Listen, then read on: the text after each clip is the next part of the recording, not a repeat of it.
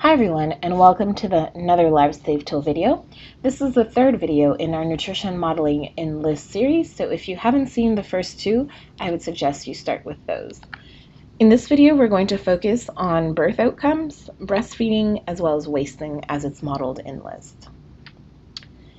So just as a reminder, the WHO target in terms of birth outcomes is a 30% reduction in low birth weight. Most surveys, as well as most targets, including the WHO target we just saw, use low birth weight as their metric, and that is simply because it's relatively easy to measure or to weigh a child when they're born, but it can be a lot more difficult to determine whether or not they are preterm or small for gestational age, especially if in home births or where there is not a skilled birth attendant. That distinction can be difficult to make. So in LiST, however, we do need to have those two things separated out because it has different implications for mortality. They have different relative risks depending on, as we've seen previously, depending on whether you're born preterm or small for gestational age, you'll have different relative risks for mortality. So how LiST handles it, it has in the software region-specific ratios between SGA and preterm that, based on the prevalence of low birth weight, will calculate out how much of that low birth weight is small for gestational age and how much of that is preterm.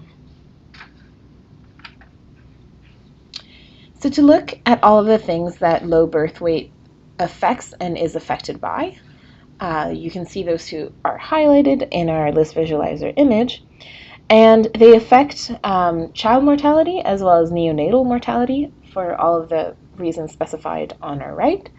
And the interventions listed out on our left are those that will have an impact on the likelihood of having of reducing small for gestational age and preterm births. So if you look at it first, or look at them first as an outcome, we can see the things that will affect this are mostly around maternal age, birth interval, and maternal health status. So in order to get access to that information, you'd go into the software, go to effectiveness, and look at the effectiveness of the nutrition interventions.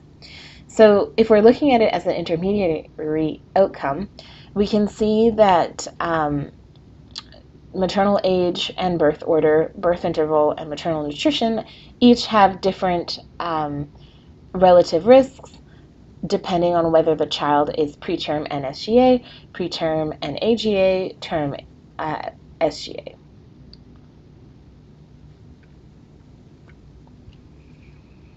The birth outcomes can also have a direct impact on mortality. So what we were looking at before were the chances of having a birth outcome, and now we're a negative birth outcome or a problematic birth outcome, so either preterm or SGA. And now we're looking at the second, the downstream effect. So how do these affect the likelihood of mortality, so the relative risk of mortality?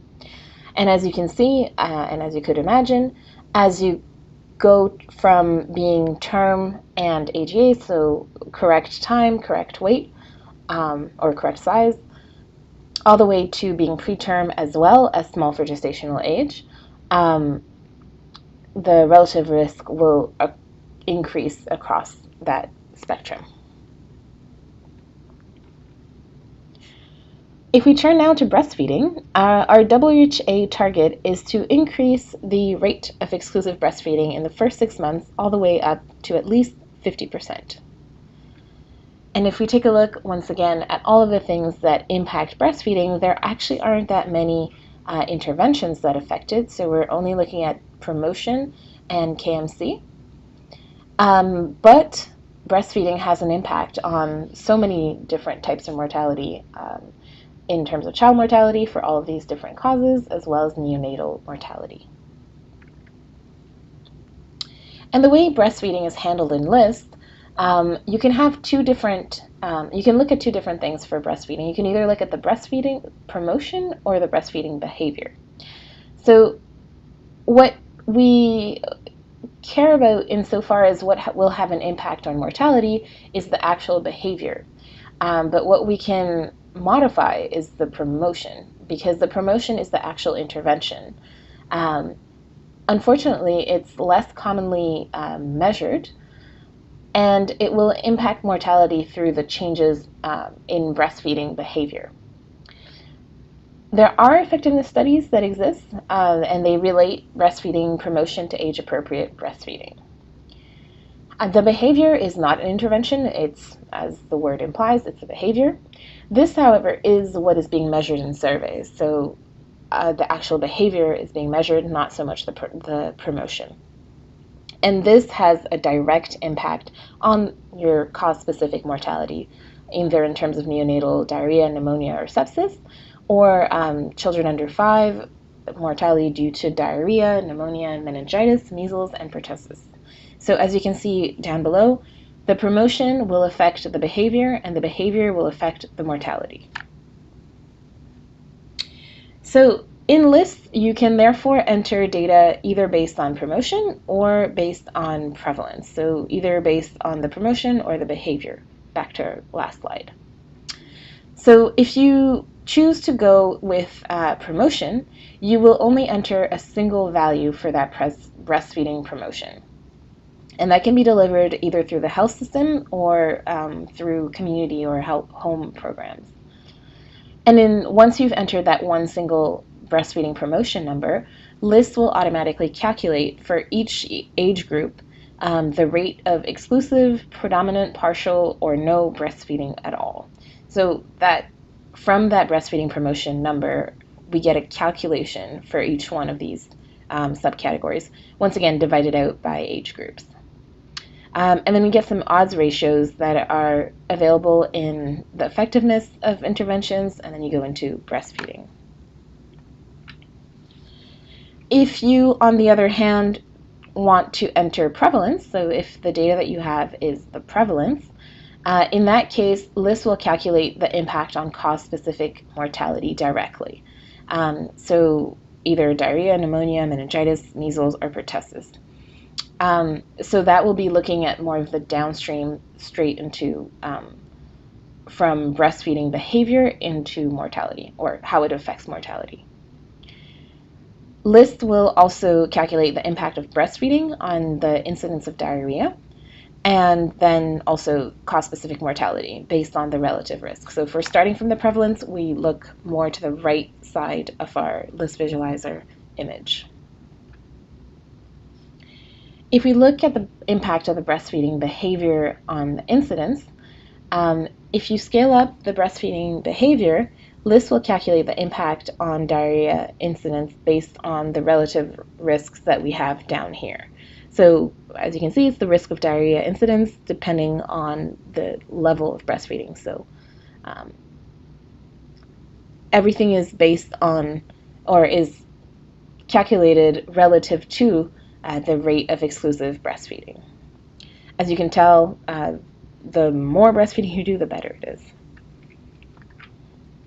And finally, we're going to take a look at how wasting is modeled in LiST.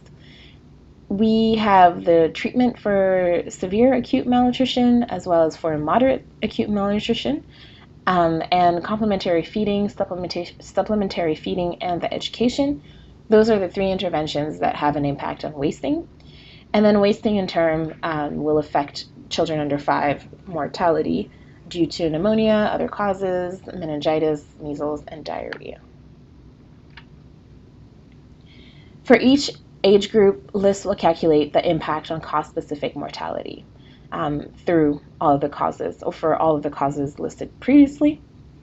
And it will also calculate the impact on wasting on cause-specific mortality using those relative risks. For each age group, therapeutic feeding, moderate acute malnutrition recovery rates, and then the impact of complementary feeding on wasting will depend on what your category is. So if you are food secure with promotion, there will be little effect. If you are insecure and you do not receive either promotion or supplementation, then there will be a much bigger impact of having these complementary feeding, supplementation, as well as supplementation on you, essentially.